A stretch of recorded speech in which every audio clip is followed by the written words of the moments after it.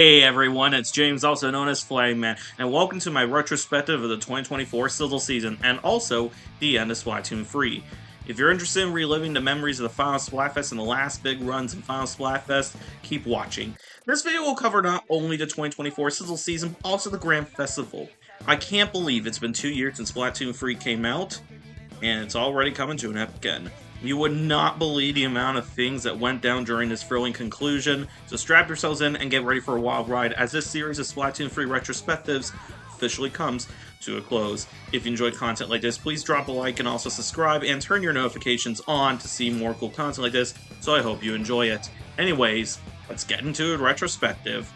The 2024 Sizzle season debuted on the 1st of June 2024 and ended on August 31st, and with it came our final two new weapons. The Wellstring 5, the heavyweight member of the Stringer class that resembled a water pump, and the Mint Decapitator, the heavyweight member of the Splatana class of weapons that looked like a travel toothbrush. Additionally, the alternate kits for each weapon were revealed. The normal Wellstring 5 came with Auto Bomb and Ultra Stamp, while the custom Wellstring 5 came with Point Sensor and Wave Breaker. The Mint Decapitators came with Suction Bomb and Bit Bubbler, while the Charcoal Decapitator came with Splash Wall and Inkjet. As for the final weapons, we got ourselves a Bamboozler 14 Mark II with Fizzy Bomb and Super Chump, the custom Dowser Dualies Double F with Burst Bomb and Triple Ink Strike, the custom Hydra Splatling with Ink Mine and Splatter Color Screen, aka Seizure Wall, custom Range Blaster with Splat Bomb and Kraken Royale, the heavy edit Splatning Nouveau with Splat Bomb and Grad Tank, Jesus Christ no, and the Recycle Brella 24 Mark II with Toxic Mist and Triple Splashdown. And that was it for all the main and secondary weapon kits. Hey, notice something about how each of the new weapons were rolled out? Every season, starting with the Chill season, introduced a new weapon and class as the way they were introduced throughout the series. Of course, we started out with the vanilla main weapons in Splatoon 2 at launch. For each season onward, the 2022 Chill season introduced a new shooter, roller, and charger weapon. The 2023 Fresh season introduced no new weapons, but two new special weapons, Kraken Royale and Super Chump. 2023 Sizzle season introduced the new Brush and Blaster weapons. Drizzle season 2023 had a new Slosher and Splatling. Chill season 2023 once again introduced two new weapons, the aforementioned Seizure Wall and the Triple Splashdown. Fresh season 2024 introduced new Dualies and a new Brella. And lastly, Sizzle season 24 introduced a new Stringer and a new Splatana. It's pretty cool to see people point that out on social media. I had no idea of that. Our final map for the game was Lemuria Hub, set in the train station that oddly resembles a Kyoto rail station, which I honestly do not find surprising at all, considering Nintendo themselves are headquartered in Kyoto, Japan. There was no word whether this was the final Splatoon stage, but it was heavily implied to be the final stage, mainly because there was a jellyfish at the end, carrying merchandise from the end of the Sizzle season trailer, but I'll get to that later. Mori came back with Paul all grown up now, and if anyone here played Slidor, the theories that Paul and Oct were related to each other were starting to ignite again. To elaborate, Paul has the same design on his toque that Oct has on her cap. Maybe it's the same fashion brand, but Paul and Oct both wear black clothing as Paul has a black t-shirt while Oct wears a black dress, and for tentacles for their hair, and Paul's ink color looks similar to Oct's ink color before they were sanitized. I think Oct's green skin and blue hair are permanent from sanitization, but I wonder if the two will ever get together again. That seems like a cool story idea. You may want to write that down, Nintendo, for your meeting regarding Splatoon 4's story. The two new songs are called Amalgamania and Sea Source, and I think those tracks are the last two to be added into multiplayer battles. And now we interrupt this segment to bring you this message of an impeding massive invasion of Samnids. This phenomenon took place in June of 2024 and was called the Big Run. Every single stage that was ever invaded in the history of Splatoon was going to be invaded again. And if that wasn't bad enough, the Triumvirate was striking, which was the three King Samnids at once showing up. I've discussed all the Big Run stages in my past retrospective, and I can tell you, they're all hellish, but my most hated map ever to do Big Run on was Undertow Spell because it was just the worst. Tight hallways, low flies, whatever tide, you were not safe. Hilltail Alley was literally a haven for Samnids to roam, Barnacle was okay, Umami I didn't experience much, Inkplot was manageable, and same with Wahoo World. At least to provide help with the Grizzco Roller, a modified Dynamo Roller that allowed Inklings and Ocklings to make like Sonic the Hedgehog. This was the last rare weapon to be added into the lineup, and during Triumvirate appearances, we got ourselves rare weapons and two uses of our special weapons. I'd like to mention that Big Runs are all random weapon rotations. Triumvirate was a tall order to triumph. Even then, some of my friends were able to destroy it and gave me some helpful hints. Get the Megalodontia to bite the Horrorboros' bombs in the Kohozuna. Keep the Kohozuna close to Megalodontia, and keep the golden eggs for Kohozuna first and then the other kings. Using these strats on Eeltail, and with a tiny bit of luck, I was able to destroy the Triumvirate. So, Tentacle, thanks for the tips, my friend. Extra work was a bit more manageable. It was on Salmon and Smoker, and this was more or less a simpler extra work compared to the nightmarishly hellish extra work back in May of 2024 on Jamstown Junction, and the big run I previously mentioned where I barely survived it. Moving on from the Salmon Run stuff, it's time we get into the fun stuff. Splatfests! Starting with this season, you can now win shells to use on the gambling machine if you won a 10x, triple 100x, or triple 3x battles, and also, yes, I'm fully aware of how much everybody hates mirror matches, but there now is an event called the Conch Clash that may happen should you come across a mirror match from there on out. Our first Splatfest was an entirely new special Splatfest called Summer Nights, and I betcha it's named after the song for the musical movie Grease. Summer Nights looked very awesome, and it was also the first time we got to see entirely new outfits and hairstyles for the Squid Sisters. Some people point out Callie and Marie look similar to Destiny's Child. You know, the girl group Beyonce was originally in before she went solo. At least Deep Cut's outfits were a bit better than their Springfest outfits, with all of us wearing a citrus fruit theme. Shiver had yellow designs on her shawl, Fry had blueberries as hair ornaments and blue clothes, while Bitman had his skin in the style of a watermelon. And also, the paint had a water texture. This Splatfest was great! And whoops, I almost forgot to mention a theme. Between a palace, an amusement park, or a beach, which would we reserve for a day? I've been to all three of those kind of places. The Palace of Versailles in Paris, Canada's Wonderland in Toronto, and the Great Lakes region of Canada is just lined with lots of beaches. I was torn between choosing theme park and beach, but ultimately I had to go with Team Beach. And it was an excellent decision I made as well. But can I just say how crazy this promotional poster for Splatfest is? And good God, did Shiver provide the sexy in that poster. You can actually see she slid her fingers through the stylized cuts in her leggings, which are designed to look like shark gills, as if she was trying to be as sexy as Rod Stewart. Unfortunately, Shiver trying to be sexy failed as Team Beach won the Splatfest, giving Bitman all the special Splatfest wins. Sure proud of him. And it was great to celebrate winning a Splatfest again. If I didn't see comments on how rigged the Splatfest was. Again! To elaborate, we have to look at the results. Since March of 2022, Splatfest and Splatoon 3 have points given out to first and second place teams, and this was the fourth time the point system was modified. And many fans were quick to point out that the points were not modified in 7.0. Theme Park would have won with 26 points over 24 points for Team Beach. This is no different from everyone saying that if the point system wasn't modified in 3.0, Fist Bump would have dethroned Handshake. At this point, I'm seriously asking myself if anyone was really playing these Splatfests for fun, or if they just only cared about getting Fry more wins. And I mean folks who are not friends when I say anyone. I feel like every single Splatfest throughout the update cycle was either dethroning Shiver or getting Fry another win, and it caused me to see Splatfest as more of a chore than a good time with friends. Moving on. The next Splatfest in August of 2024 was the final regular Splatfest and the penultimate Splatfest overall.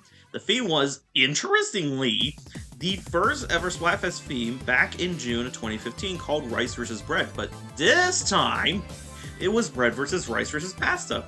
Funny they'd flip the first two choices. Considering that rice is from Japan and that Naan bread is from India, you'd think that the teams would have been rice versus bread versus pasta. But apparently it was flipped, and lots of jokes started flying about how Nintendo deliberately organized the Splatfest to be in favor of Fry, as it was a global Splatfest. Rice is more popular in all countries, and it also had the white paint, which is frequently called the winning color because, aside from a rematch between Mayo and Ketchup in Splatoon 2, all Splatfest teams with white paint have won their respective Splatfests. Like, how is that even possible?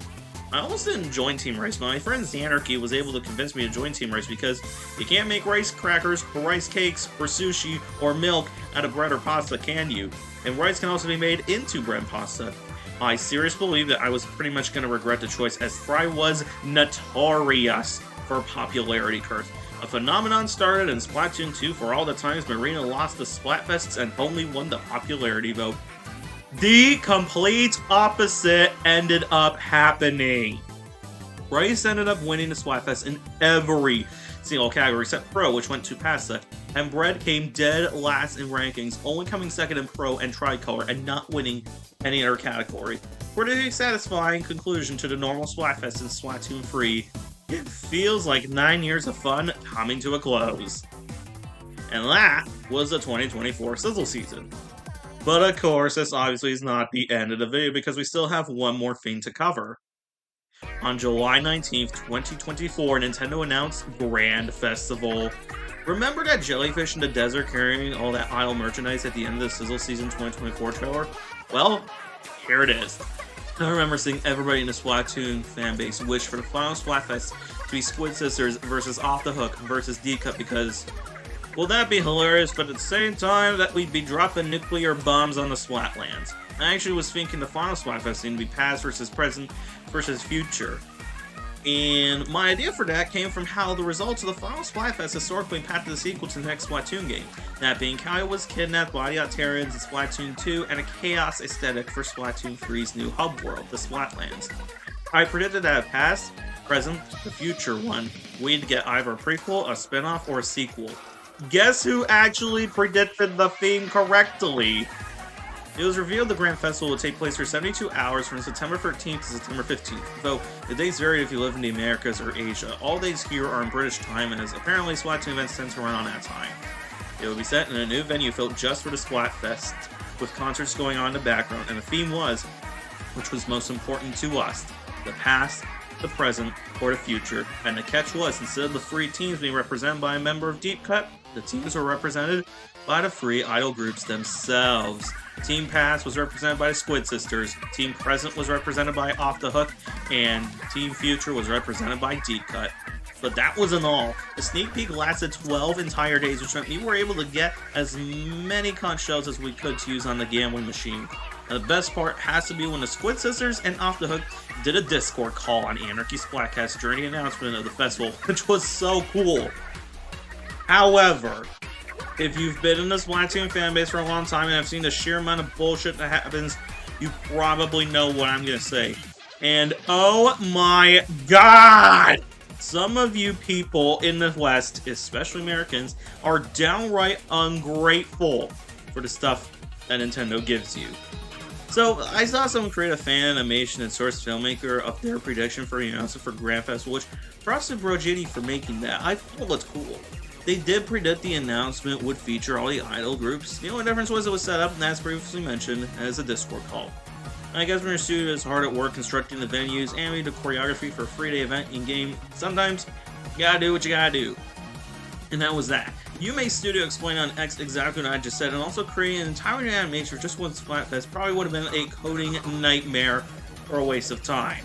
Of course, considering how nasty the Western Splatoon fan base has been and always will be, it went straight to X and angry labeled Nintendo quote-unquote lazy for this announcement, when in actuality, I believe it's more likely that this was the best they could do for the announcement, especially considering the fact that more resources were likely put into animating the choreography for the Grand Festival.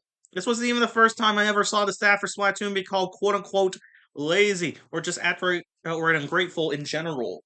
When Side Order was first released, there were many roguelike enthusiasts and Splatoon 2 veterans who dismissed Nintendo as being quote-unquote boring or lazy, or lack the magic of Undo expansion, or it's a bad roguelike. Said nitpicks were largely drowned out as Side Order was clearly addicting, and it was of course Nintendo's first attempt at a roguelike game, so obviously they wouldn't go all out. And all the staff who worked on it, aside from the producers and 2 directors, were entirely new hirees for Nintendo.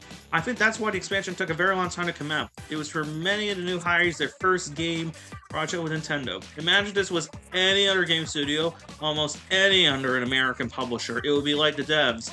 We're not going to be able to finish this game out in time for our impatient fans, higher-ups. So you basically finish only half the game. Get out of the door now so our fans can shut up. Meanwhile, over at Nintendo, the devs, we won't be able to get this game out in time for our impatient fans. Mr. Furukawa, take your time. Sometimes I feel like Western Splat fans, and by extension Western Nintendo fans in general, set their expectations as high as the CN Tower. While I could continue counting the times Splatoon fans have acted out so ungrateful or exhibited undesirable behavior, but we have to move on, since we'd kinda be here all day otherwise. Nintendo clearly was going all out for the Grand Festival. They teased a collab between the free idol groups in a Nintendo Magazine in-universe interview. We got commemorative shirts for each of the free teams. The first time I ever bought Splatoon Fest shirts online. We have replicas of the Splatfest team wristbands that you see on your avatar during a Splatfest. These being sold out quickly on the Nintendo store, so I was happy to be able to scoop them up while they went on sale, as well as regular updates for Nintendo about the Grand Festival. These included, but certainly did not limit to, being set at a massive free-stage venue and being able to take photos with the idols for winning a match if you reached ruler or higher. But before the Grand Festival was able to commence, we had ourselves a big run, or should I say, grand run. In a twist for the normal big run format, we had to defend the Tricolor Turf War stage for the Splatfest. And keep in mind, we had no idea it was going to be a Tricolor Turf War stage. This isn't getting into the fact that Nintendo decided to be incredibly generous for us this big run. All the weapons loaned out to us were Briscoe weapons, which meant we were able to slaughter as many salmons as possible, and cans were placed around the stage to launch eggs either near or into the basket. And everyone in the Nintendo Switch newsfeed got a set of heavy-duty coveralls for the event. Now, with all these awesome things, Nintendo gave us one more thing, a challenge for us to collect.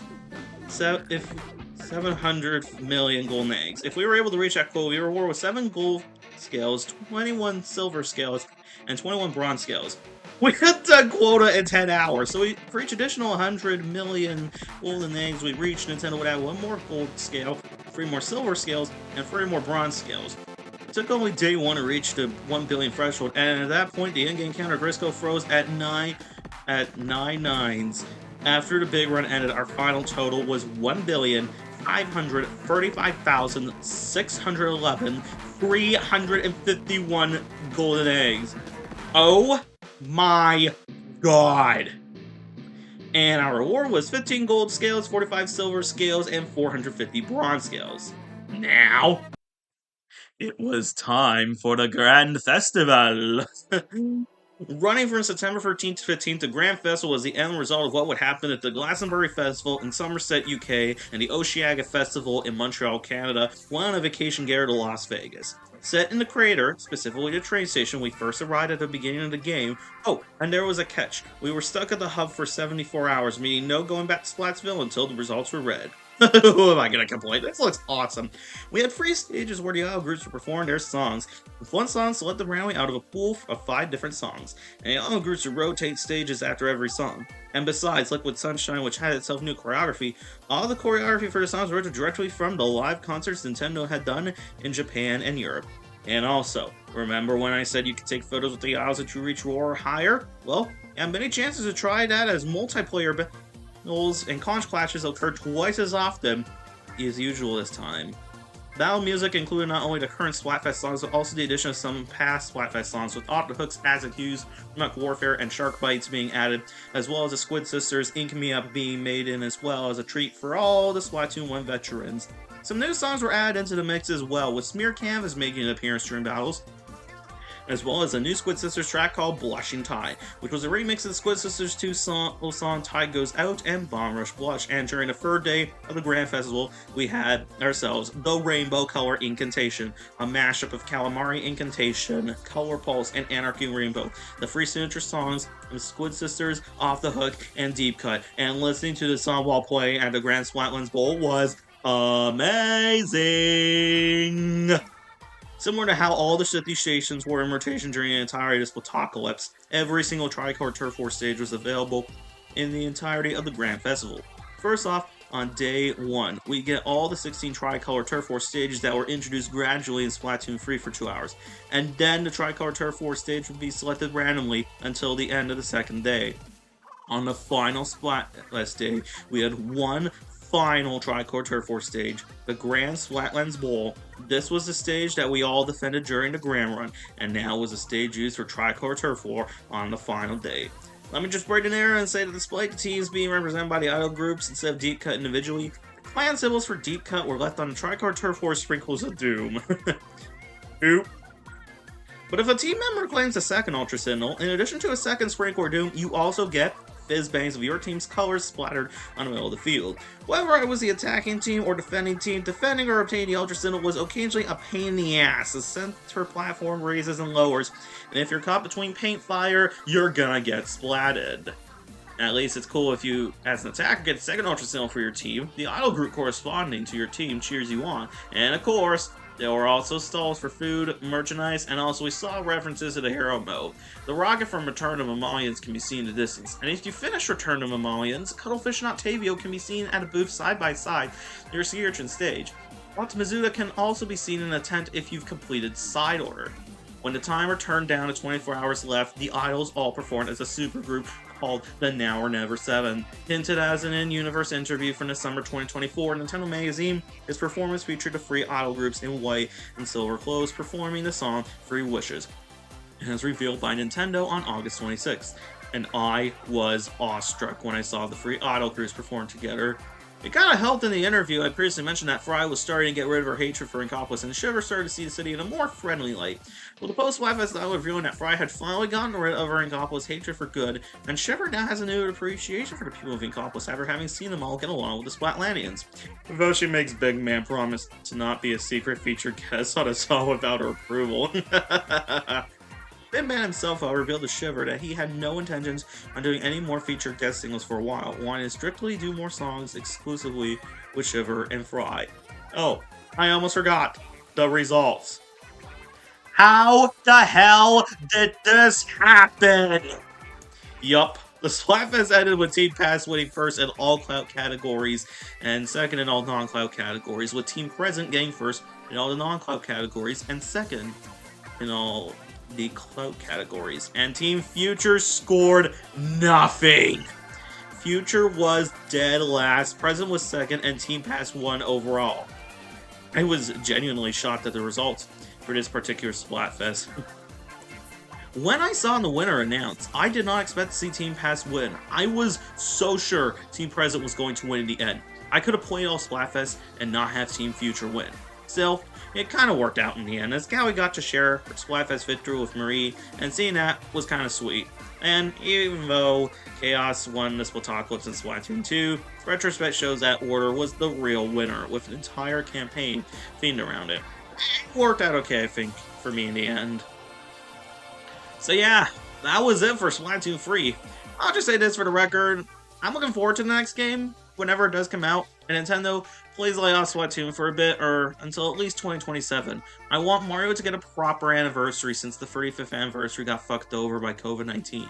And also, folks, please don't go around online claiming that we're gonna have a prequel for Splatoon and Optlings will be forced back underground, or that we'll be getting rid of all weapons added post Splatoon 1. Who knows? Maybe we'll get events for Splatoon's 10th anniversary, but then again, there's no guarantee we'll get them. Though it would be nice if we did get them, considering Splatoon doesn't really cement itself as a major franchise for Nintendo. At least, not outside Japan. Even though the Grand Festival was the end of regular updates, it is of course not the end for the fun at all in Splatoon 3.